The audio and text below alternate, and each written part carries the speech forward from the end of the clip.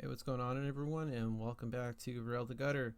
So today I got, the CBR race. That's what it is. CBR, the fifth out of seven, possibly six, from my understanding now. Actually, I think that they had to bring it down one, so the last race for CBR will probably be sometime in October, maybe, but I don't know for sure. I think we're all waiting for some details to come out to kind of make that final judgment. But yeah, so today we're going to go through this race, and right off the bat I just got to say something. I am by no means a professional, so half the time that I'm doing this voiceover, I'm not quite sure. So if I say something incorrect or I'm wrong, please by all means correct me. So I made sure that I did put overlays on this video so you guys can kind of see what's going on. This race, dude, was hard. It was really, really difficult. I'm so used to having or seeing mentors on the field and neutralizing the first lap that when we got into this, I didn't realize that there wasn't any. So they didn't neutralize the first lap. It was just full throttle from the rip. And I think that caused some of the sketchiness. But then again, I could be wrong. I don't know. But right off the bat, as soon as we make the first turn, you're going to notice or you're going to see something right off the bat. And this is how sketchy category 5 novice racing is, okay? It doesn't happen all the time, but it happened in this race. So as soon as we make the first turn, everyone's going to fan out. And boom, someone's on the ground. So it sucks, man. Welcome to category 5 racing, I guess. Luckily, he wasn't really hurt from my understanding. He actually was in someone else's video, I think Shammy Brothers video, and I think he crashed into one of them or he hit one of them, and he fell. But he was still in the race later on, so happy that he managed to get up. It was just a fumble, and he got right back up, so that's good. I learned a lot in this race, man. I learned a lot. Like, when I've done races, they're not always like races that I learn a ridiculous amount. But in this one, this is the first race where I actually was more like self-conscious and more self-aware and way more aware about everything going on around me. And not just that, but also kind of making slightly better decisions to try and be more efficient.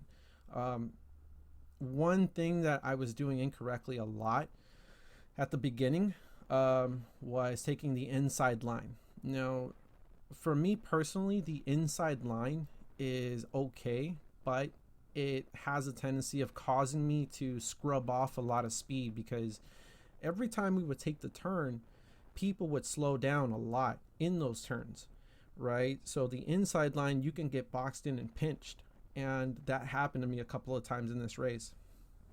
So like scrubbing off speed and stuff like that was just becoming normal, and it was kind of annoying because I was getting tired really quickly from having to reaccelerate after going so fast.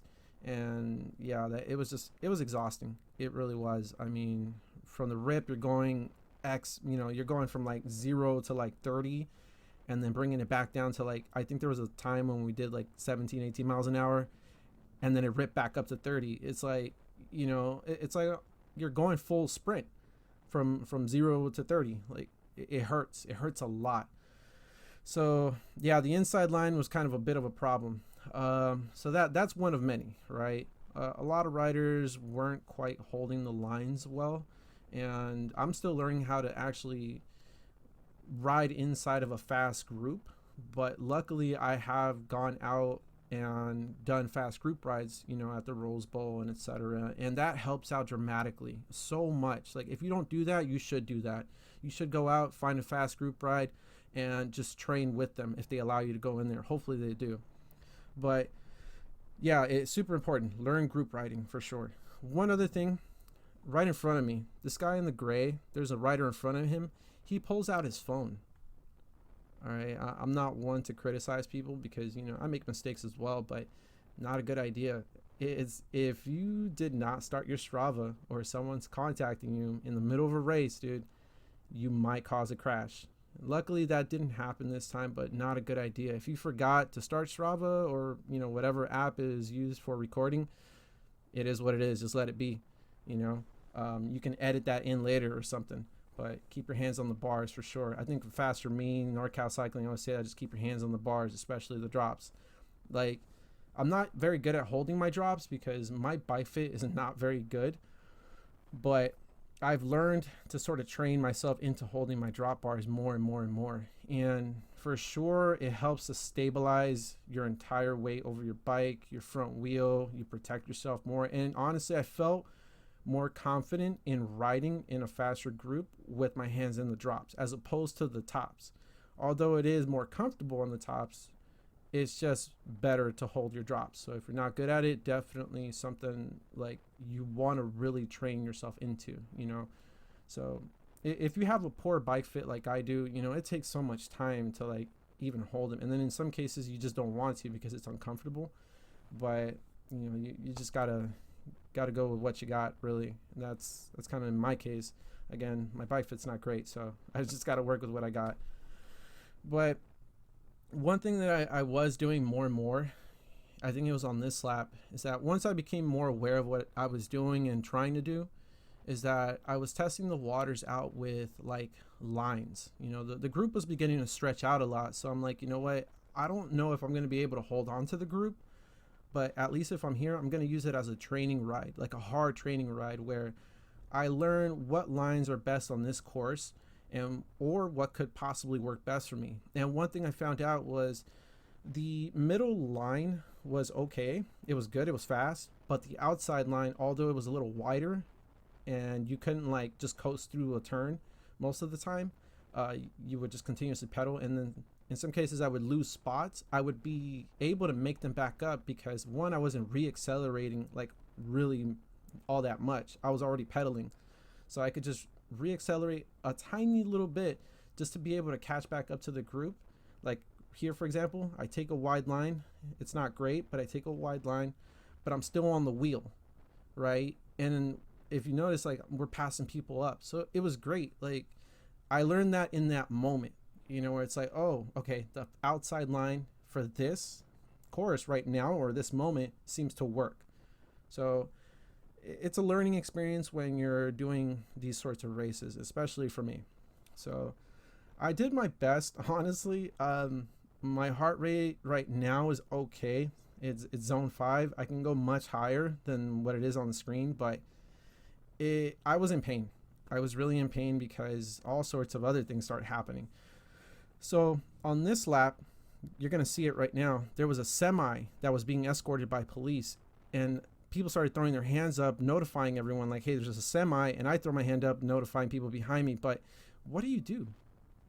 I don't get it. Like, well, what do you do in that situation? Do you like just move over, or do you neutralize the lap because there's obviously a hazard on the road? Or do you just keep going? Like the whole group started going. I was slowing down because I wasn't pedaling at that moment because I didn't know what to do. So that's another thing that happened. Yeah, I don't understand the rules behind that. I don't get it. I really don't know. So if you know, please enlighten me because I have no idea. Obviously, when you're in the front, you're probably just going to keep like, railing it in the front. But if you're in the back and you're seeing everybody throw their hands up like, hey, move over, like, or stop, slow down, or is that like a notification for the officials like, hey, there's a hazard on the road, like handle that. Like, what do you do in that case? So yeah, that happened. And then the other thing is that although I'm still learning the fast group riding, I'm still somewhat uncomfortable being like shoulder to shoulder to most people. I don't mind it because I have slowly gotten used to it. But like, for example, here I took a really bad line. I went too far out. The group was actually decided to move inwards as opposed to the right where normally everyone would go. But I guess the group just decided to stay inwards, and yeah, so I swung out when everyone was going in, and yeah, luckily I didn't cause any weird crashes or anything. But again, the outside lines seemed to work better for me. And the only thing that hurt about this one was that because I took an outside line, I had no wheel. I was just grabbing wind left and right. So we're going up a hill that just hurts. It's not an extremely long stretch, but it still hurt me to the point where I had to let other people fill that gap in and just ride those wheels as they were passing me. Luckily, like maybe a couple riders passed me, not many, but I was able to catch those wheels. and just ride the wave at that point, just hang on. So I can say that I didn't do great. I could have done better. I could have made better decisions, but I didn't make them. I was still a little unsure of myself for sure, but I did hold the drops more. I was still riding faster with people than my other races. I stuck in there longer than I honestly expected. I really thought I was going to pop after like 2 laps. But the upside was, let me get this out the way. I showed up on time. All right, hold on. I showed up on time, right? I got my registration. There was no line for registration. I was literally like one of 2 people in there. So that was pretty sweet. Got my registration. We were there like so early. Like my girlfriend helped me out with the whole registration thing and whatnot. And she was very supportive of that.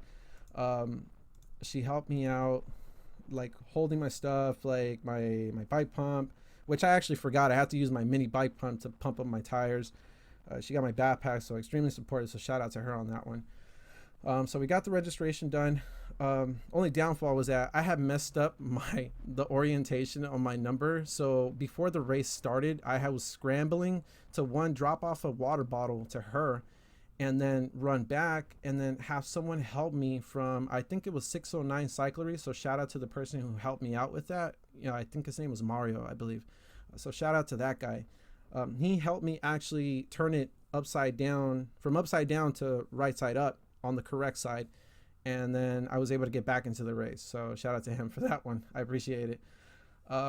So yeah, after that kind of gave me a little anxiety, because I'm like, dude, my heart rate was like originally like 95. Now I'm at like 140, 130, something like that. And yeah, it was a bit of a mess, but it worked out. It could have been worse. It could have been a hell of a lot worse, but I appreciated that.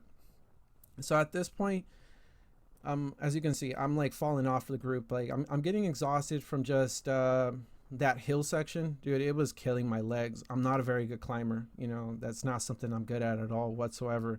I was using race gears, so any long stretch, or even a semi-short stretch of just climbing up and down, is painful for me. And then I'm still losing some weight, so a slightly heavier rider going up a hill, like if you don't do a lot of hills, it's gonna hurt.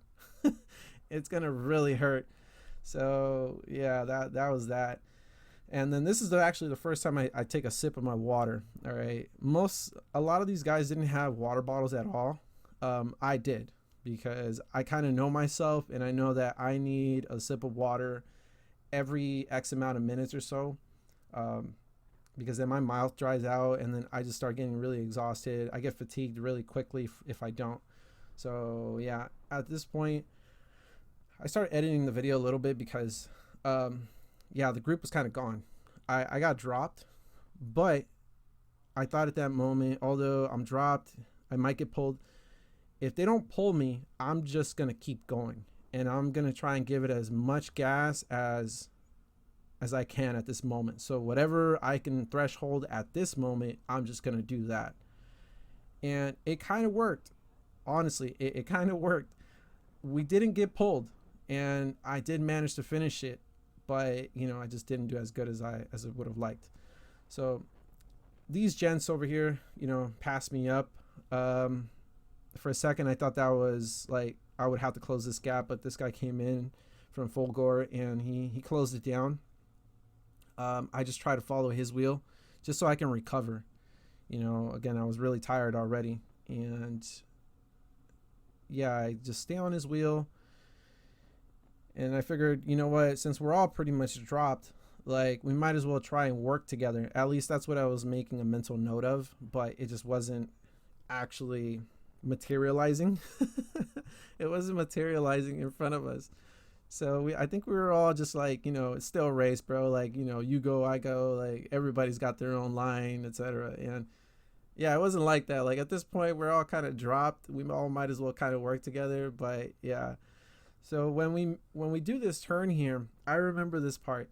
When we do this turn, I'm going a little faster than the Fulgore rider that's in front of me is going. Either he's pushing a really hard gear or he's fatigued and tired as well. So I start moving up in front of him, and what I do once I pass these riders in front of me, I actually signal like, hey, jump on my wheel. Like, let's try and work this together so we don't get pulled. and we don't like get that DNP, that DNF, and which is like worse than, you know, quitting, I would say, at least in my book. I don't know, but quitting is bad too, which I have done before because I was extremely tired. But you know, so I make the notion like, hey, follow my back wheel, like jump on the wheel, like just, you know, let's pull and let's work this out together so that way we can, you know, finish the race together. And if you want, we could sprint it out at the end, whatever. But here I remember I was like pulling, and I look back and I'm like, where is everybody? I'm like, dude, there's like a 10 bike length, you know, gap in front of me or behind me, and there's no one there. So I edited this forward because I went on for a while and they didn't catch up to me until this moment. So again, this rider, he shout outs to that guy. Seriously, he was like doing some serious work, man. Like it looked like he was willing to turn himself inside out. So I give him a lot of credit for that. Like I rode his wheel for a little while, and yeah. But overall, we didn't work together very good, but we did manage to finish the race. Not together because in this other little clip that I jump over into, again, we're just sort of all over the place. And I end up on the front, and then after about a minute or so, the full gore right now takes over, and it looks like us three are starting to rotate. There's I think like 2 or 3 riders behind us that I guess aren't quite on the same page. So we try and semi-rotate, but not really. That's the downfall of Cat 5 and novice racing, I guess. We no one knows each other. Some people don't know how to work together, or maybe we just don't want to. So yeah, I don't know. But the full gore rider's pulling. The rider in front of me, he's kind of pedaling along, and the same thing with me. I'm like, all right, like I don't know if the full gore rider keeps going, like, dude, someone's gonna have to shut that down and just kind of, or at least follow him, so we can at least stay all together and finish. So I think in this section, I'm like going, and then we get closer to that turn, and that's when I look back and I'm like, dude, the peloton, the group is like right behind us. They're about to lap us. And I scream over, I'm like, hey, move over. And I don't know if you knew what I meant by that, but what I meant was move over to the right so the group can pass you up so you don't get hit. Because if the group is coming up really quickly behind you and you have your hands on the tops and someone nudges you, it's a wrap. Like, you're probably going to eat it. So yeah, I think that was one of the Chamois brothers up in the front. Shout outs to that guy. He was actually he did some work, seriously. I think he got like 7th place. But yeah, I moved over to the right. I let him through because I'm like, yeah, my race has been over for a lap now. So I'm trying to just finish it off. So I can be happy with at least finishing. And yeah, at this very moment, I didn't know that a rider had actually fallen and gotten hit or bumped, and then he fell in this turn.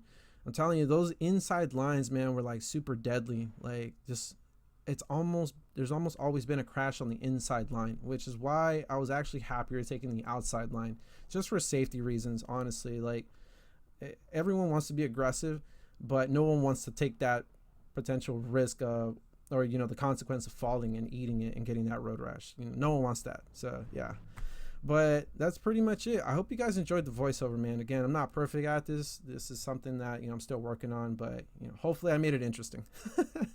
But if you guys have any comments, make sure you guys leave them down below, and I appreciate you guys. I'll catch you guys at the next one.